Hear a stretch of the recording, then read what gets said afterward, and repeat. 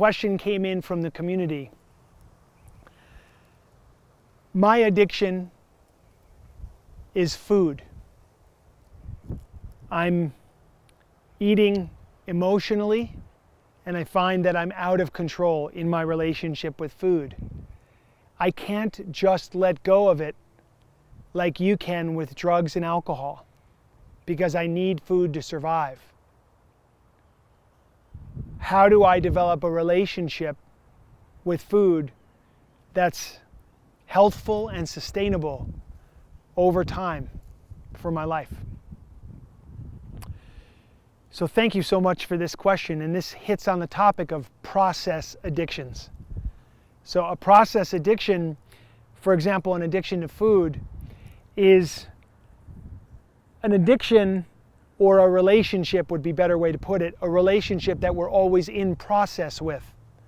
Because we can't just let it go, as the person who asked this question is explaining.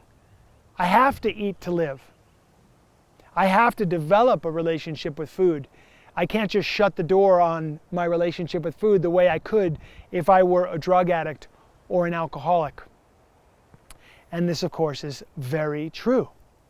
So this is going to bring a discussion about one's relationship with food. First thing we want to explain and understand about food is both can be our medicine and it can be our poison. Our choices around food really do determine the way that we think, the way that we feel, the way that we sleep, the way that we act, when and if we get sick, the way that we go to the bathroom. Everything in our life is affected by our food choices.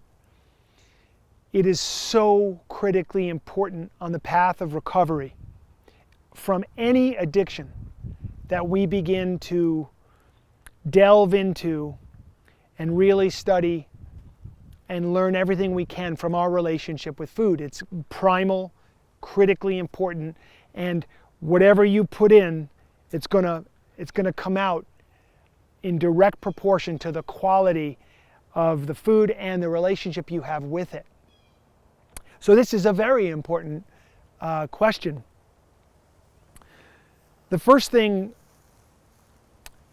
that people often think when they think about food addiction is they go in their minds to an eating disorder like bulimia or anorexia, which are very dangerous behaviors and addictions, life-threatening and complicated to solve and heal from those, but very possible.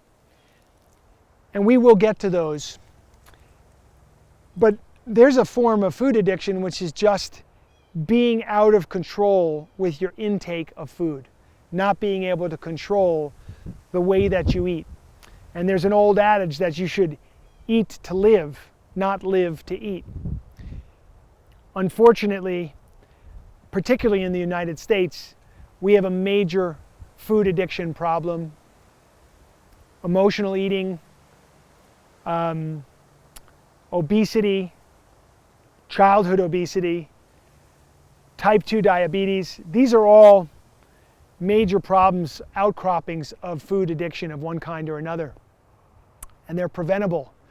Type 2 diabetes, these are preventable lifestyle diseases, heart disease, all of this stuff linked to our dietary choices. So when we think about food addiction, let's include not just the most severe eating disorders, but also people just not knowing how to eat, what to eat, when to eat, and most importantly, how much to eat and when to stop eating. Okay? So we want to learn the art of a relationship with food. Every now and then a diet book comes out, it becomes the rage, right? All the rage, this diet, the Atkins diet, the this diet, the that diet. And the problem with all these diets is they assume, or they present themselves as a solution for just about everybody. And of course, there's no diet for everybody. Every individual must be treated individually. The only diet for you, the only right diet for you, is the diet that you've proven is right for you. So, 5 main questions. Do I have energy? Am I thinking clearly? Am I getting sick? Am I sleeping well? Do I go to the bathroom well? Those 5 questions are going to tell you a lot about your relationship with food.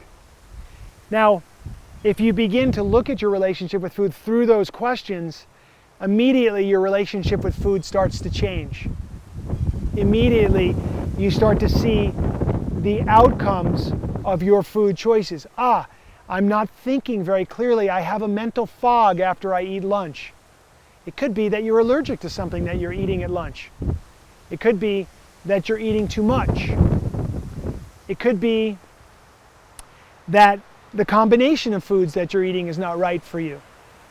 All of these things become a factor.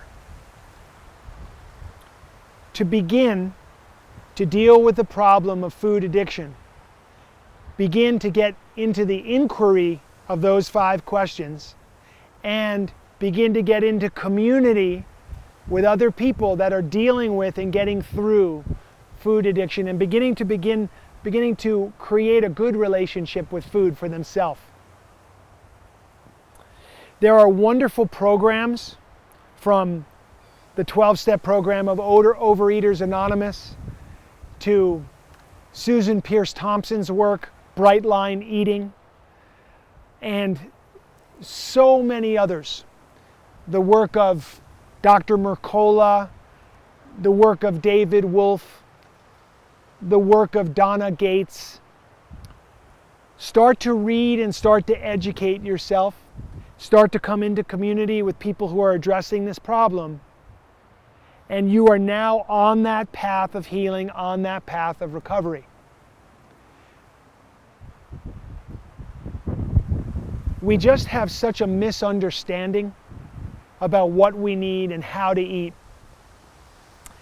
We have a lot of resources in Recovery 2.0 around food and diet and different regimens that you can get on, and some suggestions, some recipes. And mostly what we want is to be free, to be able to make food choices, to feel the consequences, positive or negative, and to adjust accordingly. One final thing I want to say is there's nothing wrong with hydrating yourself really well. Drink a lot of green leafy juices, water with lemon squeezed in it. Really hydrate the body. That is going to be positive no matter what. And finally, you want to be grateful and begin a more prayerful relationship with food.